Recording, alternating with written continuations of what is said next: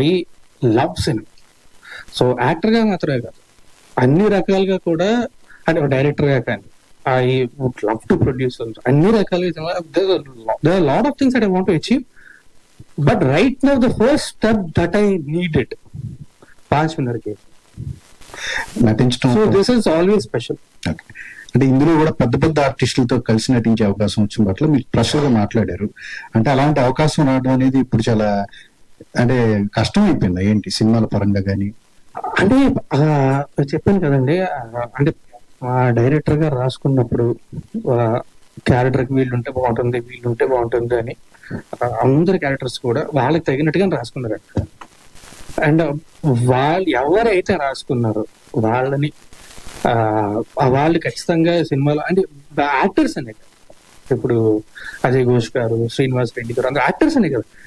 ఏదన్నా సరే లొకేషన్ ఏదైనా ఎవ్రీథింగ్ మా ప్రొడ్యూసర్స్ మాధవి గారు అండ్ మా గోవింద్ గారు దే మేడ్ ష్యూర్ అన్ని సమకూరేలా.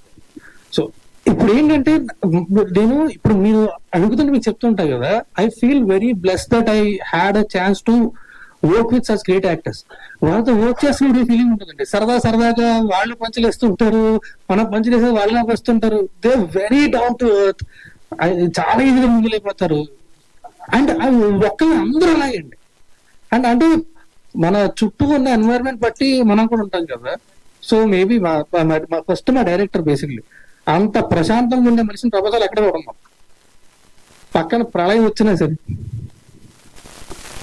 పర్లేదు భయ్య, అయిపోతే చేసుకుందాం, లేదంటే మీకు వెళ్ళాలనిపిస్తే అంత మెత్తగా మనిషి అనమాట, ఎవరిని ఇబ్బంది పెట్టవు.